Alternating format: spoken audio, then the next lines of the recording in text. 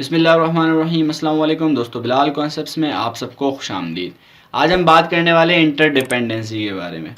Interdependency पिछली वाली जो थ्योरी थी डिपेंडेंसी उससे कदरे मुख्तलिफ है, ठीक है।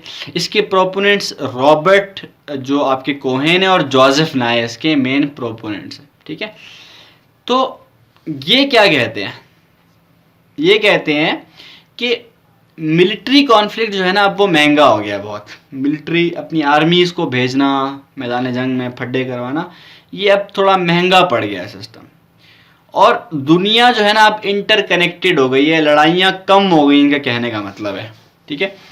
Interdependent world because of international regimes. और ये कह रहे हैं कि इंटरकनेक्टेड कैसे है कि बहुत सारे मुल्क हैं, पहले इनके ऊपर कोई गवर्नमेंट नहीं थी, आपस में लड़ते थे ये, तो अब ऊपर गवर्नमेंट तो नहीं है लेकिन इंटरनेशनल इंस्टीट्यूशंस हैं जो कि इनको कंट्रोल करती हैं, ठीक है। तो इस तरह से आप देखेंगे कि इंटरडिपेंडेंस है, सब मुल्क एक दूसरे पे इंटरडिपेंड कर रहे हैं, बजाय इसके कि आप ये कहें कि कुछ छोटे मुल्क बड़े मुल्क पे डिपेंड कर रहा है। इसको डिपेंडेंसी कहते हैं। और सब एक दूसरे पे डिपेंड कर रहे हैं, ये इंटरडिपेंडेंसी कहलाती है। हाँ, इसमें होता है कि कुछ जो है ना वो कंट्रीज कम लेवल पर डिपेंड कर रहे होते हैं और कुछ कंट्रीज जो है ना वो ज़्यादा लेवल पे डिपेंड कर रहे होते हैं, जिसको हम एसिमेट्रिक इंटरडिपेंडेंस कहते हैं। वो आगे हम देखते हैं क्या चीज़ है। अच्छा जी, दूसरी बात इनकी है यहाँ पे कि nations and countries will find some other means of conflict resolution rather than going for war in interdependency. तो ये इंटरडिपेंडेंसी बेसिकली इसको प्रमोट करने की बात हो रही है। तो इंटरडिपेंडेंसी में ये मैंने आपको बताया ना कि ये लिबरलिज्म की का आइडिया है। और लिबरलिज्म का क्या आइडिया है, वो यही कहते हैं कि भाई आप ऑर्गेनाइजेशंस बनाएं, इकोनॉमिक, इसको हम कहते हैं इंस्टीट्यूशनलाइज्ड लिबरलिज्म भी हम कहते हैं, ठीक है इसको। तो ये जो है ना, और नियो लिबरलिज्म जो कि ज़्यादातर इंस्टीट्यूशन के ऊपर उन्होंने जोर दिया।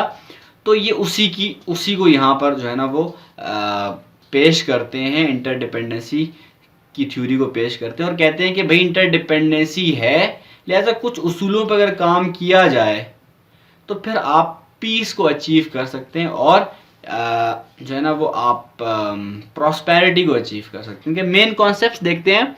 इसमें बार्गेनिंग टूल का इस्तेमाल होता है। बार्गेनिंग टूल क्या होता है? बार्गेनिंग टूल मैं आपको बता चुका हूँ, समझा चुका हूँ कि बार्गेनिंग स्पेस का आप इसको फिलअप करने के लिए कोशिशें करते हो और चांसेस ढूंढते हो कि आपको बार्गेनिंग स्पेस को फिल करने का मौका मिल जाए, तरीका मिल जाए। बार्गेनिंग स्पेस क्या होती है कि आप एक कोई चीज़ बनाते हैं, आप एक बॉल बनाते हैं और इस बॉल की कीमत आप रखते हैं 5 रुपये, ठीक है। लेकिन ख़रीदने वाला, आप देखते हो ख़रीदने वाले की जेब में 60-70 रुपये हैं, 70 रुपये। तो आप सोचते हो, अंदाज़ा लगाते हो कि यार 5 के बजाय 20 रुपये तो दे ही देगा, ठीक है। अब आपकी कॉस्ट लगी होती है 3 रुपये, 2 रुपये आप प्रॉफिट कमा रहे होते हो।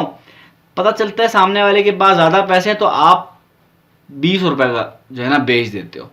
मतलब 20 रुपये ये आपको ऑफर कर रहा है, ठीक है। तो 5 और 20 का डिफरेंस हुआ 15। 15 आपका बार्गेनिंग स्पेस हो गया। इस स्पेस को फिल करना है, ख़त्म करना है इस स्पेस को दोनों ने। जो जितना इस स्पेस का फ़ायदा उठाएगा उतना ही जो है ना उसको फ़ायदा होगा। वही चांसेस उन्होंने देखने होते हैं। इसमें एसिमेट्रिक इंटरडिपेंडेंस का भी एक कॉन्सेप्ट है, ठीक है, कि ऐसा होता है कि वीक स्टेट्स जो हैं are connected to powerful states, but इसके अंदर देखें, स्ट्रॉन्ग स्टेट तो स्ट्रॉन्ग स्टेट के साथ कनेक्टेड है, ये तो समझ में आता है, ये तो सिंपल इंटरडिपेंडेंस। लेकिन ये जो बहुत सारे कंट्रीज हैं, इनमें कुछ छोटे कंट्रीज हैं, कुछ बड़े कंट्रीज हैं, और ये छोटे भी बड़े के ऊपर डिपेंड कर रहे हैं और बड़ा भी किसी के थोड़ा बहुत डिपेंड कर ही रहा होता है। इसको हम एसिमेट्रिक इंटरडिपेंडेंस कहते हैं, यानी कि उन दो मुल्कों की एक दूसरे के ऊपर डिपेंडेंस जो कि आपस में इक्वल नहीं है, ठीक है ना। अब इनकी कुछ डायमेंशन हम देखते हैं। इसके अंदर सेंसिटिविटी, क्योंकि ये जब है एक जो है ना वो सोल्यूशन के तौर पर है दुनिया में, ये एक पीस को लाने के लिए, ठीक है, लोगों के इकोनॉमिक मसाइल को हल करने के लिए, तो ये जो है ना वो सेंसिटिविटी एंड वुल्नरेबिलिटी का शिकार हो जाते हैं, फिर इनको यही प्रॉब्लम्स आती हैं। सेंसिटिव टू चेंज, सेंसिटिविटी का मतलब होता है कि sensitivity to change occurring in the world, यानी कि दुनिया में जो कुछ भी हो रहा है आप उससे बहुत ज़्यादा सेंसिटिव होते हो, ठीक है। वो कैसे? फॉर एग्जांपल अफगानिस्तान के अंदर वॉर हुई, ठीक है, अब सवाल पैदा होता है कि पाकिस्तान को क्या फ़र्क पड़ा उस वॉर से। लाजमी बात है पाकिस्तान को बहुत ज़्यादा फ़र्क पड़ता है, पाकिस्तान बहुत ज़्यादा सेंसिटिव होगा उससे। अब और मुस्लिम कंट्रीज़ जो हैं, यहाँ तक कि इतना इम्पेक्ट तो ईरान को नहीं पड़ा होगा, तब पाकिस्तान को पड़ रहा है, ठीक है। उसके अलावा म्यांमार में आप लोग देखा कि जीनोसाइड हुआ काफ़ी, ठीक है, वहाँ पे जो रोहिंग्या के अंदर, ठीक है, मुसलमानों के साथ, उसका इम्पैक्ट मुस्लिम वर्ल्ड के ऊपर क्या पड़ता है, ठीक है। अच्छा, बहुत सारे कंट्रीज़ के ऊपर फ़र्क पड़ता है, लेकिन हर कंट्री के ऊपर जो फ़र्क पड़ता है वो वेरी करता है, ठीक है। यही वो कह रहा है कि वेरी करता है वो फ़र्क, यही सेंसिटिविटी जो है वो वेरी कर रही होती है। सीरियन वॉर की मिसाल देते हैं लोग कि सीरियन वॉर का इम्पैक्ट तुर्की पे अलग पड़ा, पाकिस्तान के ऊपर अलग पड़ा। तुर्की के ऊपर देखिए, पाकिस्तान के ऊपर सिर्फ मुस्लिम एलिमेंट था, लेकिन तुर्की के साथ मुस्लिम एलिमेंट भी था, सुन्नी एलिमेंट जिसको हम कहते हैं, और साथ ही साथ उसका कोई बॉर्डर डिस्प्यूट भी था, वो दो उसको तो डबल फर्क पड़ा, ठीक है। ये सेंसिटिविटी थी। और वुल्नरेबिलिटी क्या होती है कि they might be equally sensitive to some issue like oil prices, यानी कि अगर दुनिया में ऑयल प्राइसेस के ऊपर कोई मसला आता है तो हो सकता है कि तमाम कंट्रीज़ के ऊपर इक्वली फ़र्क पड़े सेंसिटिविटी के लिहाज से, ठीक है। मगर ये हो सकता है कि वो सब एक जितने सेंसिटिव तो हो सकते हैं, एक जितने वुल्नरेबल नहीं हो सकते। क्यों? क्योंकि ऐसा हो सकता है कि उनमें से कुछ लोग कोई रिन्यूएबल सोर्सेज ढूंढ लें, कोई ऑल्टरनेटिव ढूंढ लें अपनी जो है ना वो नीड को फुलफिल करने के लिए, ठीक है। तो इसी तरह से एक मिसाल है इसकी कि vulnerability to China and US of trade war very, कि जो यूएसए और चाइना के बीच में ट्रेड वॉर चल रही है उसका यूएसए कितना ज़्यादा वुल्नरेबल है और चाइना कितना ज़्यादा वुल्नरेबल है, इन दोनों में बड़ा फ़र्क है। और ये हो सकता है कि चाइना, और ऐसा है भी कि चाइना कम वुल्नरेबल है, यूएस से ज़्यादा वुल्नरेबल है। तो ये इंटर डिपेंडेंस के अंदर ये चीज़ें होती हैं, ठीक है। इंटरकनेक्टेडनेस इनका एक कॉन्सेप्ट है यहाँ पर। ये क्या है कि states are increasingly independent and interdependent, ठीक है। स्टेट्स आर इंक्रीजिंगली, सॉरी ये इंडिपेंडेंट ही है, states are increasing independent and that interdependence entered into the security sphere of a state, ठीक है। अब इंडिपेंडेंट तो हैं स्टेट्स, लेकिन जो इंटरडिपेंडेंस का कॉन्सेप्ट है उसी वजह से स्टेट की सिक्योरिटी के ऊपर कॉम्प्रोमाइज़ हो रहा है, क्योंकि लाजमी बात है आपकी सोवरेनिटी के ऊपर इम्पैक्ट पड़ता है उससे। जब आप दूसरे मुल्कों पे डिपेंड करना शुरू हो जाते हो तो आपकी सोवरेनिटी कॉम्प्रोमाइज़ होती है, आपकी सिक्योरिटी कॉम्प्रोमाइज़ होती है, ठीक हो गया। अच्छा जी, decision making of states eroded because of global economic system.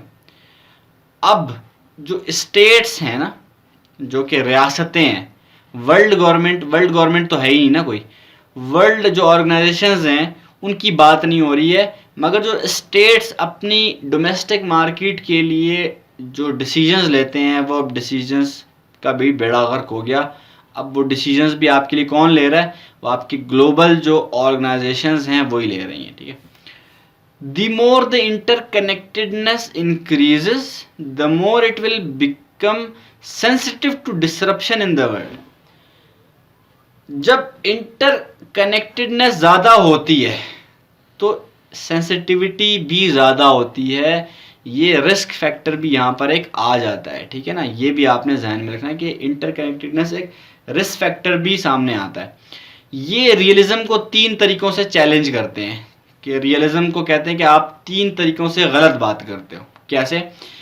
कि रियलिज्म कहता है कि स्टेट्स आर जो है ना वो मेन एक्टर्स, लेकिन ये लोग कहते हैं कि not only state but dependency and economic sphere are also important, कि स्टेट के अलावा डिपेंडेंसी, क्योंकि डिपेंडेंसी के अंदर स्टेट का रोल मिनिमाइज हो जाता है, ठीक है ना, और इकोनॉमिक स्फेयर के अंदर भी फिर अल्टीमेटली यही होगा। तो ये भी इम्पॉर्टेंट है वो कहते हैं, क्योंकि जो आपकी इकोनॉमिक एक्टिविटीज़ और इकोनॉमिक फोर्सेस होती हैं, हमने शुरू में पढ़ा था, वो आपकी पॉलिटिकल एक्टिविटीज़ को इन्फ्लुएंस कर रही होती हैं, ठीक है।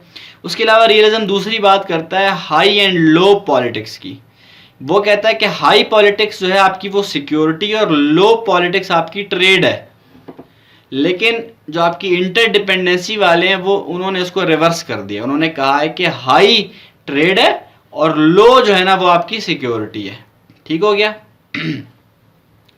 फिर लोग कहते हैं कि military force in a complex era of interdependence is becoming obsolete, यानी कि अब कोई फ़ायदा नहीं है मिलिट्री फोर्सेस की का। अब जो है, जो पहले होता था ना कि हमारी इतनी मिलिट्री है, हमारी इतनी मिलिट्री है, अब मिलिट्री के चक्कर में नहीं पड़ते, अब लोग इकोनॉमी के चक्कर में पड़ते हैं। उनको पता है कि अब मिलिट्री तो खामा में वैसे ही यूज़ करना इलीगल हो गया, ठीक है ना, तो अब क्या करते हैं वो, अब इकोनॉमिक प्रेशर बिल्ड करते हैं, ठीक है। तो यही हमारी जो है ना वो डिपेंडेंसी और इंटरडिपेंडेंसी की जो थ्योरीज हैं उन्होंने हमें बता दिया कि दुनिया के अंदर क्या क्या तमाशे होते हैं और किस किस तरह से होते हैं, किस तरह से डिपेंडेंसी होती है, किस तरह से कब कब क्या हुआ, हर चीज़ हमने डिस्कस कर ली। इंटरनेशनल पॉलिटिकल इकोनॉमी की तमाम चीज़ें हमने डिस्कस कर ली। ये वाली हमारी IPE की आखिरी वीडियो थी। उम्मीद करता हूँ दोस्तों आप लोगों को पूरी इंटरनेशनल पॉलिटिकल इकोनॉमी समझ में आई होगी।